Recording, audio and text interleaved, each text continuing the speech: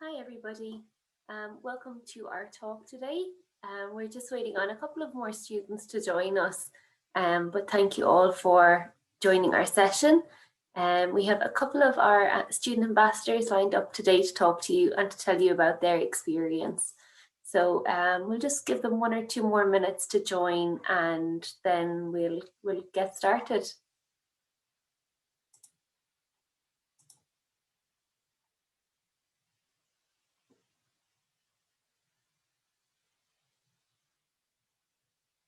Okay, I think we are all here. So thank you so much for joining us. My name is Katie. I work in the international office here, and I am joined by my colleague, Neve.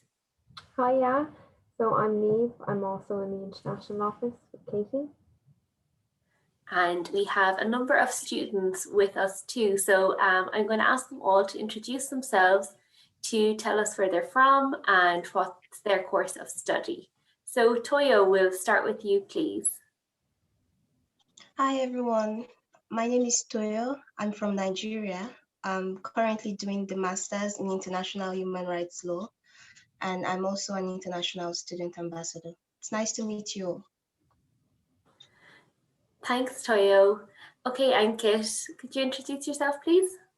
Yeah, hello everyone. I'm Ankit Pawar and I'm from India. I'm here for my master's in business analytics. Great, thank you. And next up, we'll hear from Erica, please. Hi everyone, I'm Erika. I'm from Italy and I'm doing a master in journalism. Great. And last but certainly not least, we've got Taya. Hi everybody, my name is Thea. I'm from the Bahamas and I'm doing my Master of Science in Environmental Leadership. Great, thank you so much. So we have students from a couple of different colleges with us here today, and we're going to do a deep dive into some of their experiences. So for everybody else, I'll ask you to keep your mics on mute for now, but we'll be happy to take some questions at the end of the session. And hopefully you'll learn lots about why you should study at NUI Galway and the student experience here. So we'll get started first of all with a question for Erica. On when did you make your application to NUI Galway and what was the process for you? Okay, so I started my application around March, if I remember well, March, April, something like that. I found out about the course a few months before the application, around December. And I used those months to think if this course was perfect for me. And I emailed the head of the course, who was very, very helpful because I could ask him a lot of different questions, technical questions and not technical questions. So then I decided to do my application around March. And the process was very easy because everything is online. You just have to fill a form with very easy information like your name, and then and also documents like I don't know, for example, a CV and an article, like a sample of an article, but it was very, very easy. And then after that I did an interview, a very quick one, very easy one. It just I think it lasted like 20 minutes. And the head of the course was very nice, so no pressure. It was very, very nice. And I knew I was in like 1 week after the interview, so everything was fast and perfect. That's good. And Erica, can I ask, was your background in journalism? No, absolutely. I did my undergrad in political science, but my my colleagues here have all different backgrounds. And like for being a journalist, you don't have to have a background in journalism. You can have an undergrad in English, in arts, in law, or economics, everything. It doesn't matter. If you like it, go for it. That's good to know. Thank you. So my next question is for Ankit. Ankit, I know that you went through an agent for your course, but could you explain the process for those who maybe haven't engaged with an agent yet or are wondering if that's the right way to go? Right. So the thing was, one good thing about me was one of my friends who was from my previous institute, he had done the same course, that is business analytics from NUI. So he suggested me one of the agency, that is Fateh Education. And likewise, there are many agencies, but it's better that you know someone who has already gone through that process so that you can get a good feedback. So I was lucky enough to try out 2-3 agencies and land upon this one. And so uh, yeah, the agency was very good in terms of handling all the documentation process, guiding me throughout, right from applications, choosing the courses, and till the visa process. So everything was like they had their list ready, and they just give me the pointers what I have to cover, and likewise I gave them the documents, and they even filed the applications on my behalf. So that was like a very straightforward process for me. That's great to hear. It definitely makes it easier when you have somebody kind of guiding you. Yeah. And we can help you to do that within our international office, or we can also point you in the way of some other agents that we work with all around the world. And then maybe Niamh will pick up on when you came under NUI Galway's care in a couple of minutes. So thank you. So my next question is for Toyo.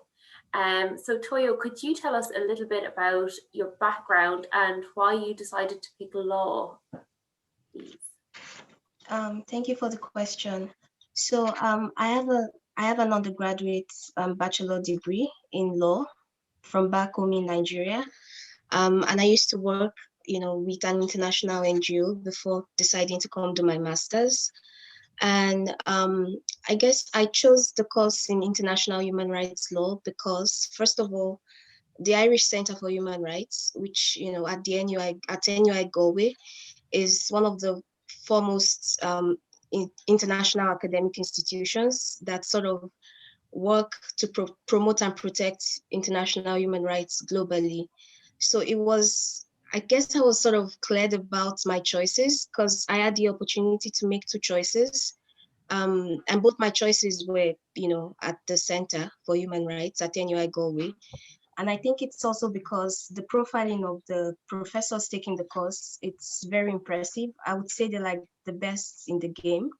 And because I was very clear about my career choice and what I wanted to do long term, I sort of just decided that it's best to come learn and, get the master's from here. And also, in terms of research work, in terms of the course modules are very wide. So you're not sort of restricted to just one aspect of human rights. You can sort of branch out and try to figure out what you want to do. I keep saying, the process of self-discovery is a continuous thing. So I was very happy about that. And also, you can also take some of the courses, you can audit them, you don't have to take them for credit. So that was something I found very interesting. And I guess I sent an email to some of the professors and they were very receptive. They responded on time, something I'm not so used to. So just seeing how quickly they responded, and basically everything was readily available on the website. So I would say those were some of the reasons I chose my course. Thank you, Toyo. It really sounds like a very broad course, actually, that you get to study lots of things that you're interested in. And one thing that you touched on is that you got to make 2 applications. So just for the students watching, it costs €35 to make an application to your chosen course, but with that €35, you get a discount code and you can make a second application for free. So I suppose it's good if you have, you either can't decide between 2 courses or one course is almost full. It's kind of good to have a backup option there. So yeah, so that's just something to bear in mind. So thank you, Toyo. My next question is for Thea. So we don't have very many students from the Bahamas. In fact, I think there are only a couple. So could you tell us maybe why you chose to come here? Because it's not so usual that we have students from the Bahamas. Yeah, so basically I looked into a number of factors when choosing to come to NUIG in the Bahamas. And I think for a lot of Caribbean countries, it's not Ireland or the other Europe outside of the UK is not really pushed on students. We're more so navigated towards places in America and Canada. So I decided to look for opportunities outside of those countries, and my lecturer in undergrad actually sent me a few opportunities for scholarships to NUIG, but I missed the deadline. She sent it like a day before the deadline, but I decided to look into the schools anyway, and NUIG stood out to me because of the programs, and my program in particular stood out to me a huge, like, between the lecturers, the courses, everything about the program just was screaming apply. And then I decided to look into Galway itself, and I just fell in love. So those two things really solidified like me coming, and it didn't disappoint. It actually surpassed my expectations. So it was a good decision. Great to hear. Thanks, Thea. I'm going to pass you over to Neve now. She has a few questions before I come back to ask you some more course-specific things. Thanks, Katie. Hi, everyone. So I just have a few questions about getting to Ireland and settling in when you got here. So maybe I'll come to Ankit. Can you tell us a bit about registration and how you settled in when you got here? Yes. So while coming here, the best part was college was really informative on what are the process, how should I arrive, what should I do after I get down at Dublin Airport. So they had prepared a documentation which highlighted everything right from the orientation. It was a part of the orientation program. So what we did was after the visa process and after we flew here, we were guided at the airport for the bus. We were provided bus service to quarantine accommodation as we arrived during this COVID period. So there was a mandatory 14-day accommodation in the Goldcrest village. That is one of the hostels for the college. So as we arrived there, we got the further mails, what we have to do for the process for GNIB appointments. So the process is that we get coming from India, we get an entry visa just for entry, and then you have to stamp the visa within 90 days of arrival. So what the college did was they made the appointments on behalf of us, and we had to just visit on that day and just get the visa stamp that would last for one more year.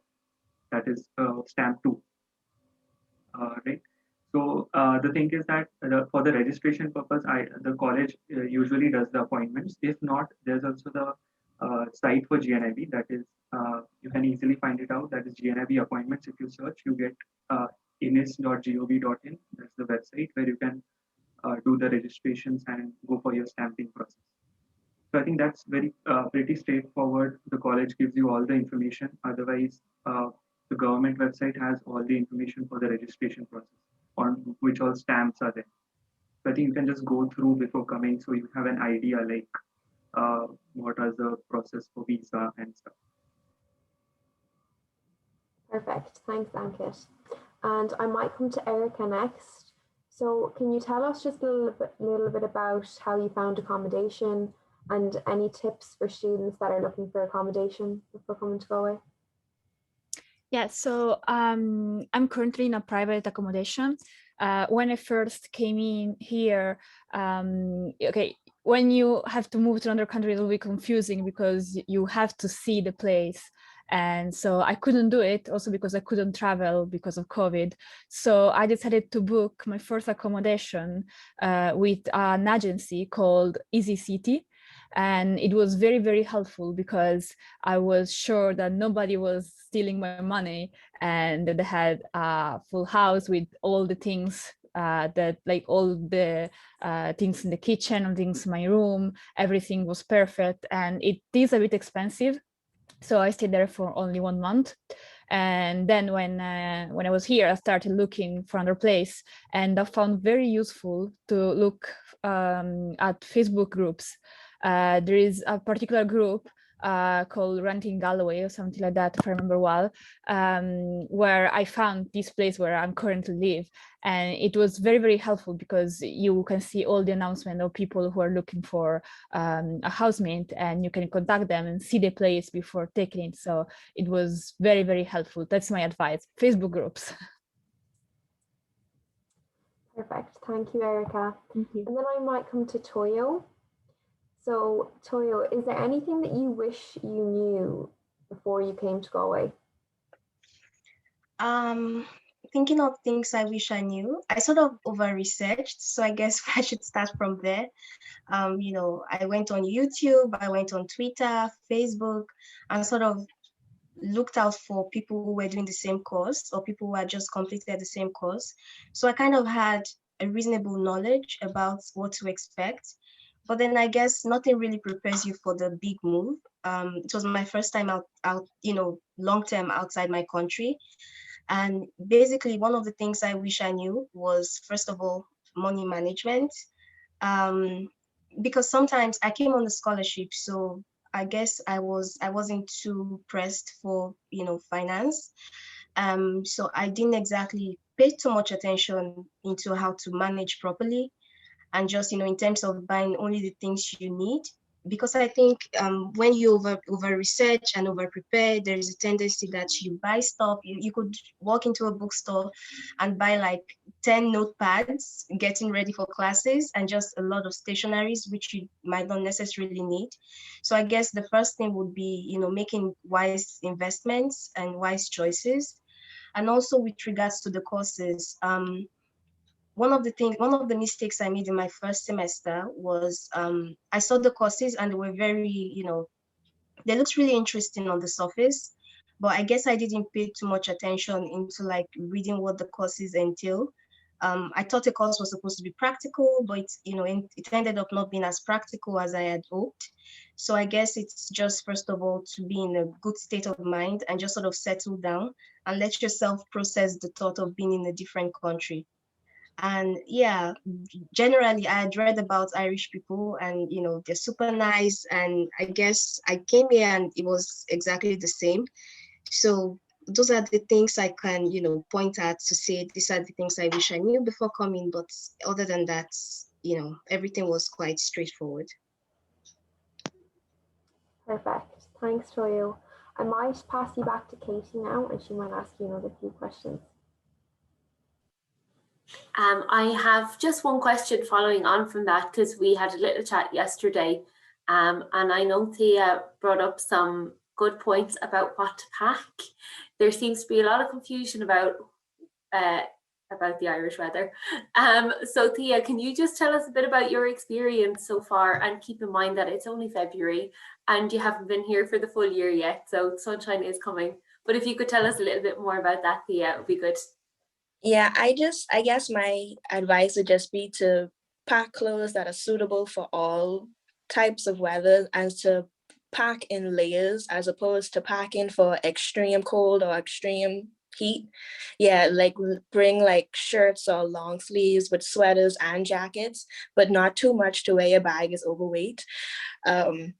Because when I came, my bag was overweight. But it's important to layer, I would say, and also to have one pair of good boots that are capable for rain or like mud or hiking, walking, like a pair of good, strong, all around everyday tennis that are suitable for every form of weather. I guess that would be my advice, because when I came, I did not have the proper clothing.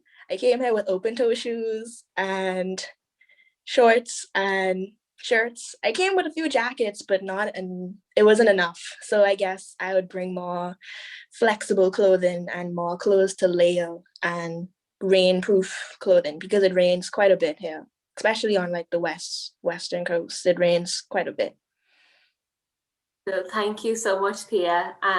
And we are only in February, so the sunshine is coming, like I said. Yeah. It was really lovely from, like, I would say April last year. It was quite hot, so I hope you get to experience that while you're here too, because yeah, you arrived in autumn, winter, so now you'll see, like, even now there's daffodils and bluebells around, so it's coming into like a really fresh time. But anyway, back to our course, what we're really here for. So I would like to ask Erica because I know there are some cool things about the journalism course. some cool facilities. So maybe Erica, could you tell us a little bit more about them, please? Absolutely. Well, okay, I'm very excited because I really like my course. So the very cool thing is that, okay, first, even if we're in the middle of the pandemic, we still have in-class courses. So that's great. So if you are in doubt because there's a pandemic, so maybe you're not sure you will do everything, do not worry, you will do everything. And the very cool thing is that in campus we have a radio studio and a TV studio, so we can really practice. It's not only about theory, we can really practice, and we create packages for this TV, and we create shows for the radio. It's really interesting, and all the lecture are very helpful. So yeah, I really like my course, and also the equipment that you will use for interview, etc. Everything is new. It's completely new. I think they bought them in 2019, if I remember well. So everything is particularly new. Everything works. All the computer works in something that I really like, because I was used to my university where basically nothing worked. So yeah, I certainly recommend my course. Thanks, Erica. That's definitely a few great points on the Teletech studios in the journalism course. And it is very cool with the green screen and news broadcasting studio and everything. It's a great facility. Ankit, your course is one of our most popular postgraduate courses. So could you tell us a little bit more about it? Because I know we probably have a lot of people on the call that are keen to hear a bit more about it. And you also mentioned something that students can do to prepare for this course too. So could you tell us a bit more about that, please? Right. I would agree that it's the most popular course because I think we have the largest batch size here.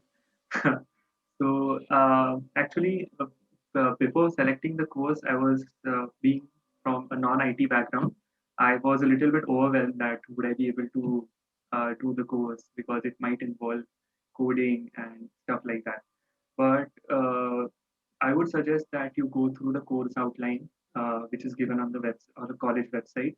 It details out which are the courses there, what is involved in that, and I think that was a plus point. I got to know what is there, and the thing is, you don't need to have a background in analytics before coming to this course because it covers right from the basics to the advanced. Yes, it is an expensive course, but you don't need to worry. If you're dedicated enough, you can easily achieve the 1:1 grade, that is 70% and above. So for preparation, I would just suggest that yes, after going to the course outline, if you can do some small courses that if you have not gone through like Excel, uh, some C# or Tableau. So these are in our first semester. So if you have a little bit of idea, I think it would give you a head start and you can perform better in your projects. So I think that was something I could have learned earlier.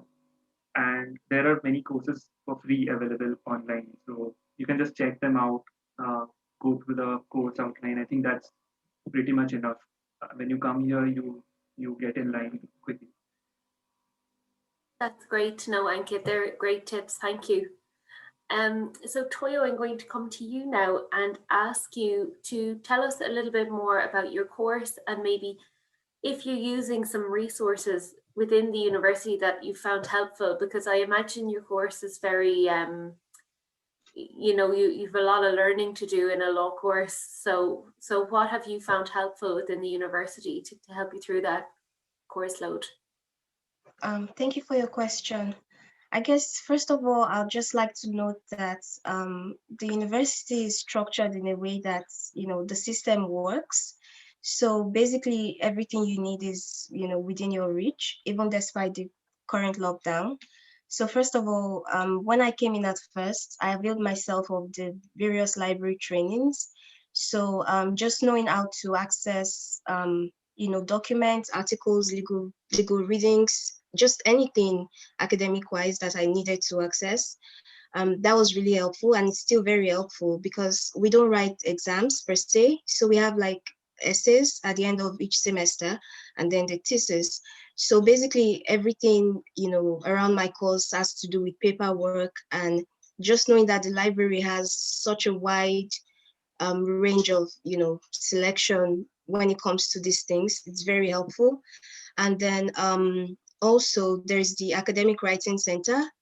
In my course, we have people from non-legal background, and it doesn't even matter if you're from a legal background, because I sort of feel like writing at this level is sort of different from what people generally might have been used to.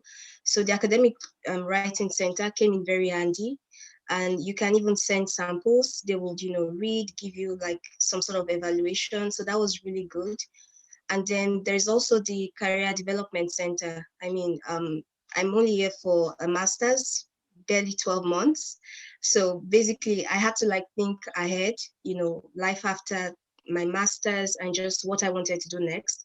So basically you would, the Career Development Center would send you like job opportunities, internship opportunities, and just, stuff like that. So you start thinking ahead of, life after the master's.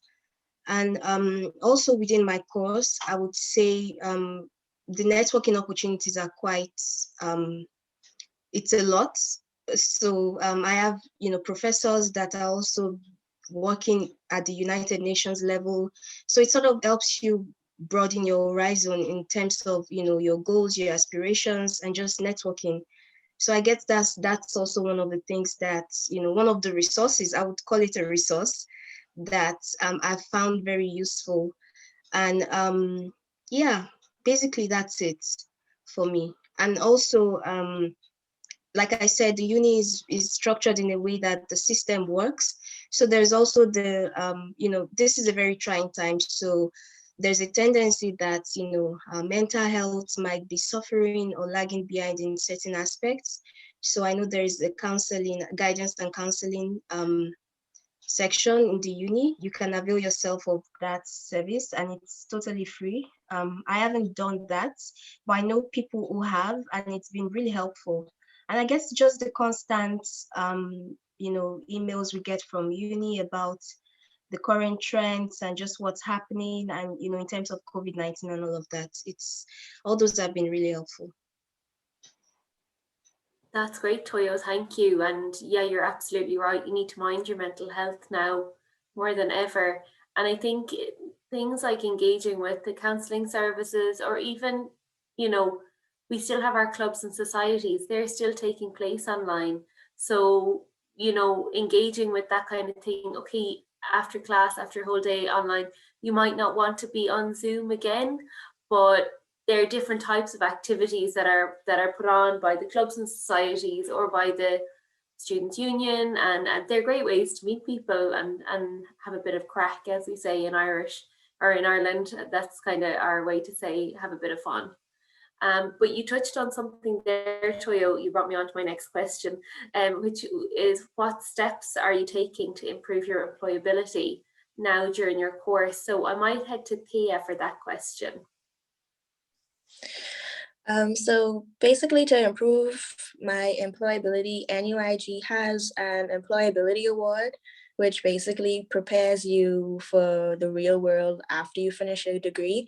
So I have plans to take part in that. I've heard from other people who have completed the course, and they have helped them with their CV and basically interview tips and just anything relating to securing a job for after you finish your program. So I have plans to take part in that. And also I've just been making my best effort to network where possible. So whenever we have new lecturers coming in, I look them up, or if they say that we could email them, I take advantage of that. I have met with lecturers who are outside of my course but are skilled in a particular area for my interests, and I just take advantage of every small opportunity.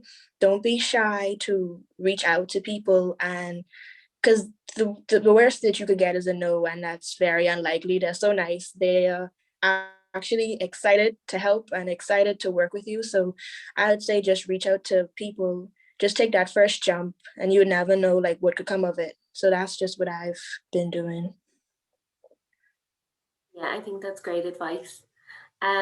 So, you know, while you're here, your course, your employability, you know, your supports during college are all really important to us, but also your life in NUI Galway and your life in Galway.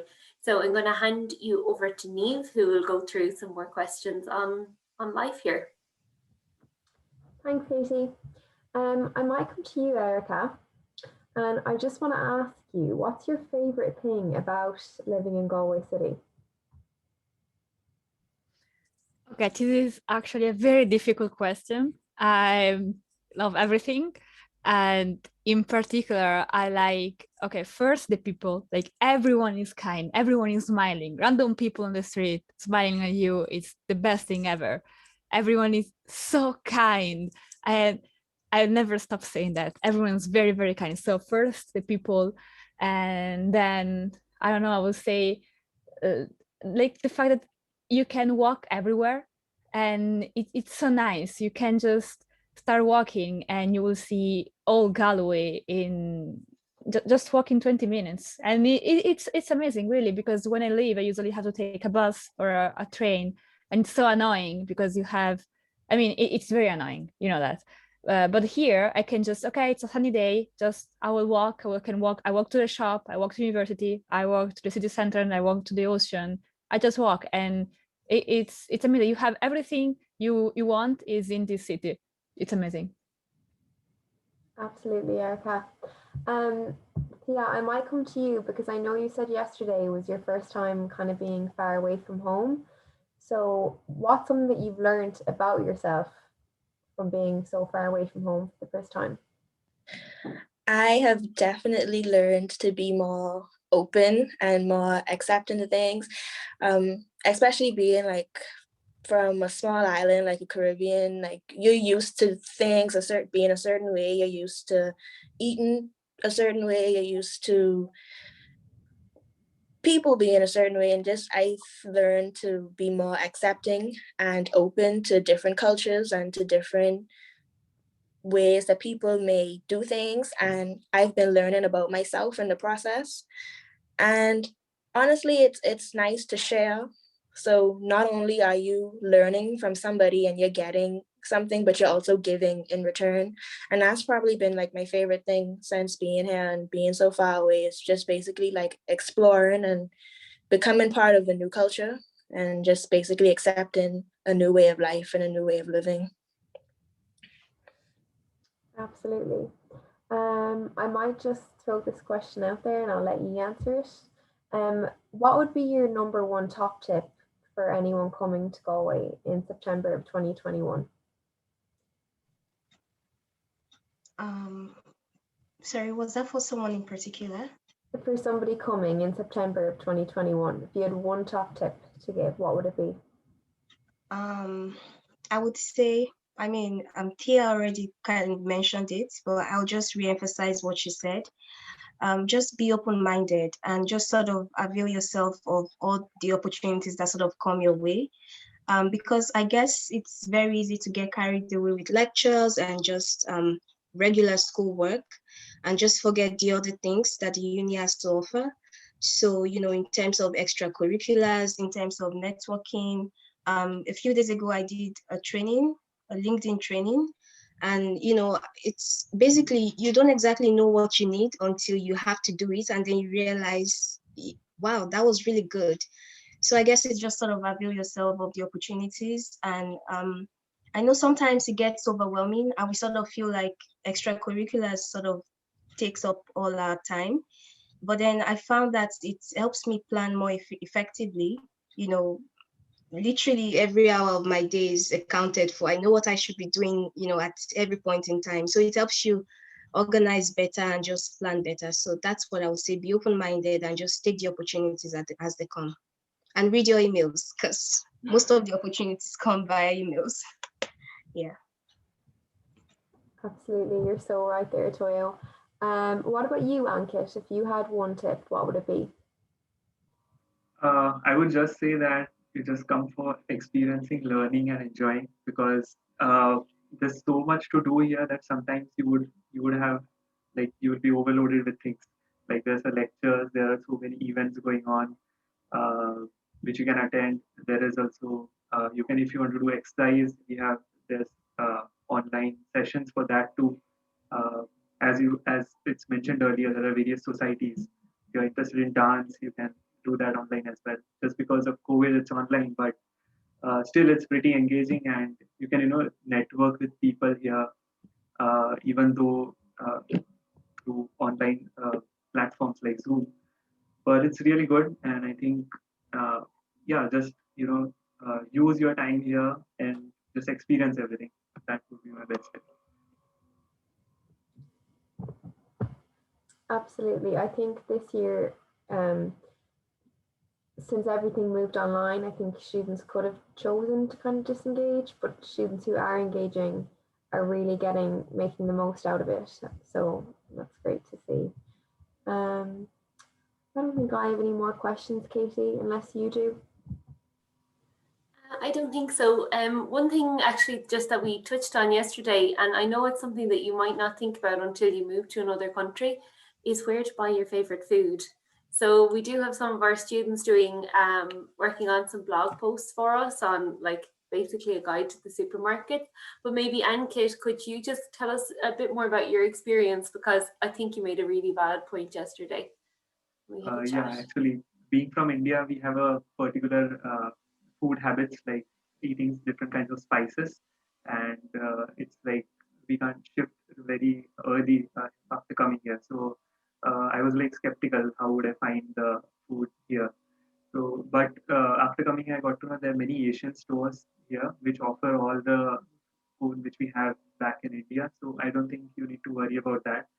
Uh, so after you come here, you can explore whatever is there. And I think that we even, me and my roommates, we visited every store here just to, do a little analysis because we are from business analytics background. So we use that. And I think it was fun, but yeah, everything is available here. You can try out things. If you are living with an Irish family, then one good thing is you can taste the Irish food here. So I think there's not an issue as such in terms of food. Thank you. I do think it's a really nice way to meet people and like meet fellow students. Is when you can share your cultures through cuisine. I think that's a really nice thing to do. But yeah, it's definitely something that you can miss from home. And when you can find those little pieces of home in another country, it makes it all the bit nicer. So thank you. I wonder, do we have any questions from our audience? So if you have any questions, feel free to unmute your mic and ask either myself or Neve or any of our students.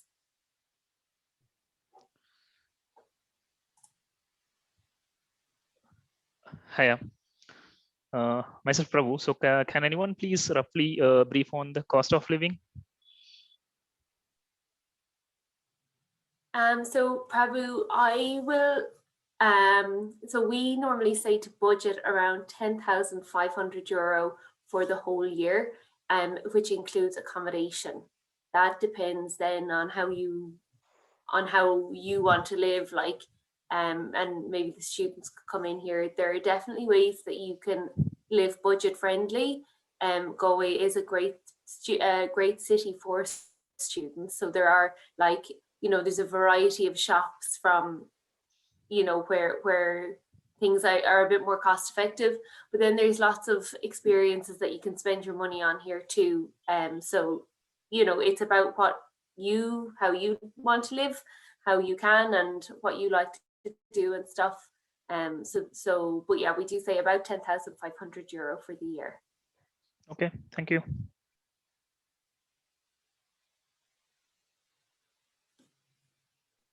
Hi, I just wanted to ask if any of you have had any experience working like part-time whilst you've been doing your studies and what that's been like as an international student.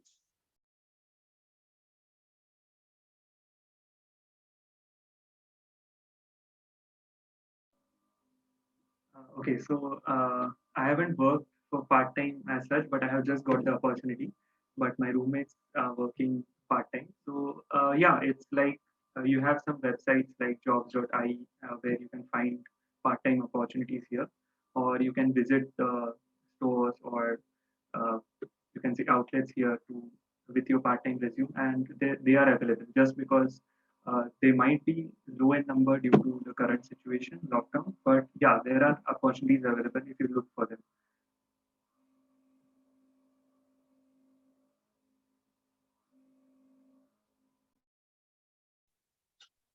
Just to add something to what Ankit said, I do know that part-time jobs, you can find them on like Indeed. So the first step would be to sort of tailor your CV, because an Irish part-timer CV is quite different from, well, I think it's quite different from your regular CV. So first of all, you might want to like go on Google to sort of tailor your CV to suit the part-timer job market, and yeah, just start to apply. And there might be a few rejections, but I guess consistency is key. And I've actually, learned from a few friends who actually walked into like places they would like to work, printed out their CVs and just went straight to ask for, vacancies and just to work with them. So yeah, that would be one of the tips I would give for a part-time job. Just to touch on something as well that Ankit said, a lot of CVs in other countries are different and they're much longer than the CVs that employers look for in Ireland. So when you are looking for a job, maybe approach the CDC and ask them to help you with your CV. I've added in a link there to a blog where one of our student ambassadors wrote about finding a job in Galway, and she writes about getting her PPSN and stuff set up. So give that blog a read because it has some good insights in it to finding a job. So yeah. Wonderful. Thank you all so much.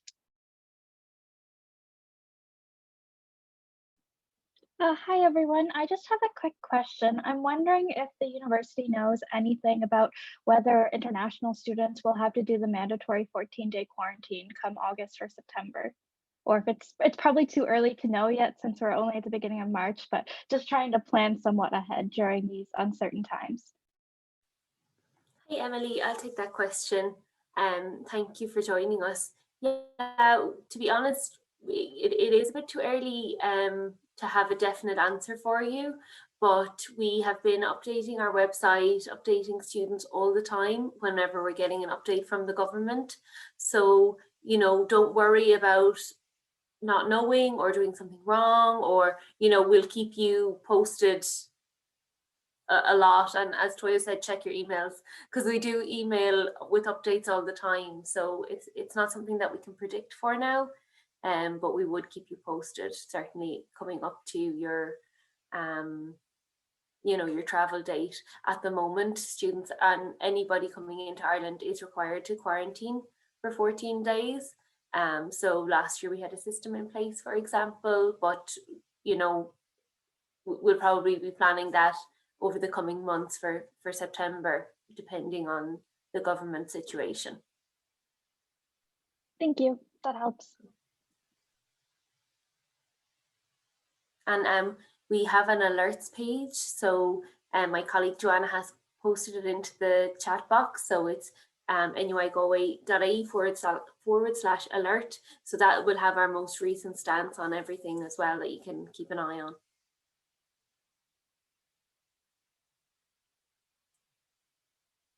Okay, do we have any more questions?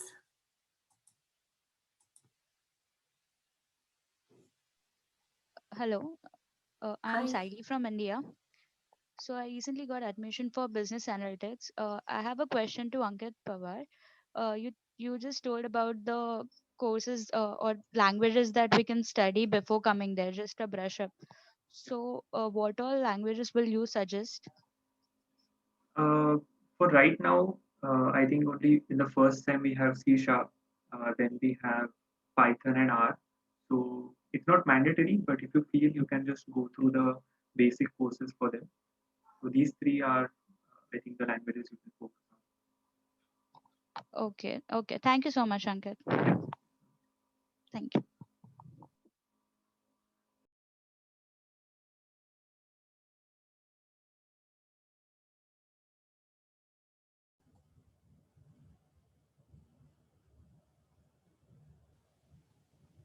Okay, All right. I think. Since, Oh, go okay, ahead. since nobody was asking a question, I had one in mind, so I thought, why not? So not comparing the two cities, but just in respect to job opportunities and exposure, if all of you who are present here could highlight how does it matter staying in Dublin or in Galway? Does it depend the job opportunities and the exposure? Does it vary if we are staying in Galway or in Dublin? In general, in terms of probably Ankit could suggest for business analytics. So in a nutshell, my question is if you're staying in Galway or if you're staying in Dublin, does the job opportunities or and the exposure and networking, does it vary, or since it's all online, so it won't matter much? Yeah, I think it won't matter that much. Why? Because the opportunities are all over Ireland, not only in Dublin. Yes, Dublin has many headquarters, so that is a plus point. But you can get opportunity from anywhere. It could be Limerick, Cork, anywhere. So the plus point of being online is you can stay anywhere, but when the job opportunity comes, then you can decide where to move. So I think that doesn't have. It's a plus point if you are in Dublin, but it doesn't matter now. All right. So if you're going for Galway, probably it won't matter if you're getting a job in Dublin or vice Yeah, versa. right. Anyways, you will have to move to the place where you find the opportunity. So All right. Okay. Thanks. And I'd just like to come in on that as well and say that the cost of living in Dublin is a lot higher. And Dublin is a huge city, so it's much harder to get around Dublin. As Erica said earlier, you can kind of get anywhere in Galway by walking, and it's much cheaper and it's a much safer city than Dublin. So I think now you have the exact same opportunities in Galway that you would in Dublin for a lot less money, and a nicer, more comfortable living, I think, anyways. Yes, and can I also say hi, everybody? I work in the international office as well. I just want to say that in terms of registering with immigration, you're going to have a lot of difficulty maybe registering in Dublin, whereas here it will be easier for you. And if you're registered as a student here, you have to register with immigration in Galway. So I know that there are students trying to come down from Dublin to register here because they're finding it impossible to get an immigration appointment in Dublin. So just bear that in mind as well, okay? All right, Louis. Thanks. And I'll just weigh in here on with my experience too, because I lived overseas for years, and when moving back to Ireland, we were deciding whether to live in Dublin or Galway, because I have a real grá, which means love in Ireland, in Irish for both cities, and I couldn't decide, but the work-life balance in Galway for me was really, made it really attractive, because there were still really good work opportunities for me in Galway, but also the pace of life, the accessibility of the city, the beach, all those, and the city itself is not huge, so it does have a nice community feeling, compared to Dublin. So they were some of the reasons why I chose Galway over Dublin, when moving back to Ireland. But my experience is different because I am Irish, but that might help some of you as well. All right. Thanks, Katie. We have a question from Sagar in the question box, whose mic isn't working, but is there any benefit to having a certification prior for any of the languages Ankit mentioned for business analytics? Will it boost my CV, or just basic knowledge would be sufficient? Yeah, certification is always a good part to add to your CV, but it's not mandatory. It's up to you. If you are interested to do the certification, it's a very good point for your CV. It enhances your employability. So you can go ahead with the certification. And as Ankit mentioned, they're not mandatory, but they will help you. Just like, having the basics of something before you go in will give you that little bit of a boost, make you feel a bit more confident, but you will learn them all anyway, at the start of your course.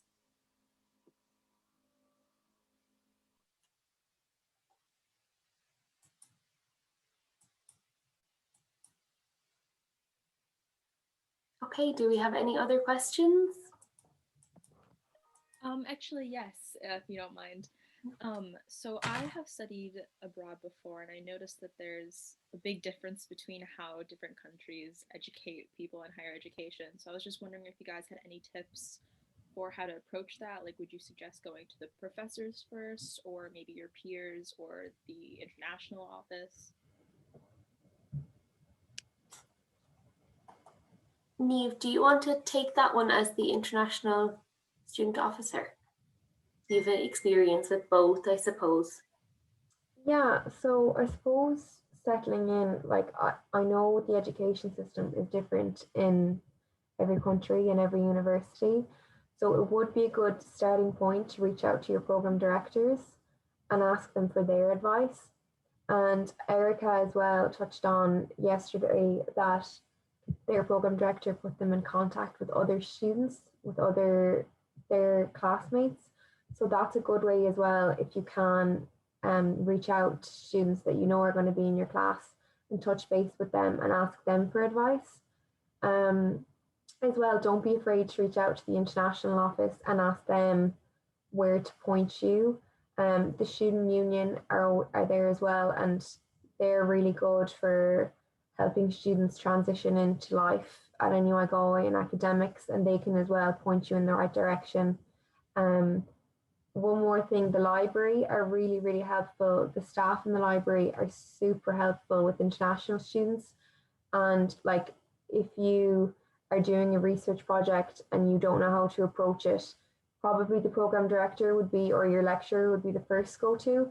But then the library can provide trainings and show you how to use the databases, because I know depending on your course, some courses will require for you to use like complex databases like Mintel and Passport, which seem like big beasts, but somebody in the library would be there to show you how to use it and bring you through step by step. So yeah, I suppose there was a lot in that answer, but I suppose the straightforward answer would be to just reach out to people, and people within the university will always be willing to help you and point you in the right direction and show you how to use things. So yeah, that would probably be how I'd answer that for you. Okay, thank you very much. No bother. Thanks, Niamh. We've had another question in the chat box. How can we find accommodation if you're new to Galway? So we have our accommodation office, which you can go through, and they have a list of local landlords. So we have on-campus accommodation or private accommodation. So the private accommodation is not affiliated with NUI Galway, but it's local landlords that, and because the campus is in the city, you know, lots of these houses are like very easy to walk to the university from. And then there's some others that like might be a bike ride or a bus ride away. So you can go through our accommodation office and look through the list of these landlords. We have our on-campus accommodation, and all of the information for that is on our website. So you can have a look through the different accommodation options, depending on how far away you want to be, you know, if you want to share a room, how many people you want to share a house with, if you want an apartment or a house, there's all those types of options. And then like that, looking through Facebook groups or daft.ie is our kind of local renters website that you can use. So it's good to get feedback from other students, or, you know, like lots of our international students, for example, will be vacating their accommodation in September. So, you know, speak to current international students and they can put you in touch with their landlord, and they'll give you their experience at the house as well. That's another good way to get accommodation. We have a few other questions in the chat box. So from Nikita, is being part of the student clubs time consuming, considering that the master's course is only for a year? Are these student clubs open to us too? Yes, they are open to master's students, and I might just ask some of our student ambassadors then to tell us about their experience if you're part of any clubs and what times you dedicate to these clubs. So joining, you know, extracurriculars generally, like I mentioned earlier, it sort of helps me focus more in the first semester, I wasn't so involved in, extracurriculars. I was only, actively involved in the International Student Ambassadorship Program, and it wasn't time consuming at all. So I sort of had a lot of time for schoolwork. And honestly, I would sometimes sit in front of my computer and stare at one article, 20 pages for like 6 hours. So I found that I sort of wasted more time just, because I had the entire day to myself, doing nothing but studying. But now I'm sort of involved in some other things. I joined the European Law Student Society. Recently I joined the Style and Fashion Society. I'm also a lift facilitator. And I'm also doing this. So I sort of find myself being able to manage my time better, and I'm definitely more productive. But then I guess it's, it depends on your person. So you kind of have to decide if you're able to juggle so many things at the same time. But honestly, it puts your mind in a better space because you get to interact with different people and, just get to meet people, even though it's virtually, although you can meet up for like socially distanced coffee, wear your face mask. And yeah, but it's always good to, be involved in these things. Like I always say, I'm not only here for the schoolwork and just for studying. It's a 1-year master's, and I sort of want to make the best of the 12 months I have in Ireland. So I would say totally do the most you can and just have fun while at it. Thanks, Toyo. I think that's a really nice point to finish on because we've run over time. So we're happy to take any other questions through our Instagram or through our international office email address, which is in the chat box, which I'll pop in the chat box. And thank you all, and thank you to our student ambassadors for joining us too. So yeah, have a nice day, everybody, and make sure actually to tune into our International Student Scholarship event later on at 3:45 GMT, and you'll find that the link to that on the Postgraduate webpage as well. And thanks, everybody. Just to add as well, sorry, we have 2 other students coming on Instagram later to do a Q&A session, so they'll provide more insights. And you can go on our Instagram and ask us questions. They're coming on at around 5:30 to 6. 5 o'clock to around 6:30 GMT also. So head over to the Instagram. I'll put the link into the chat as well. That's great.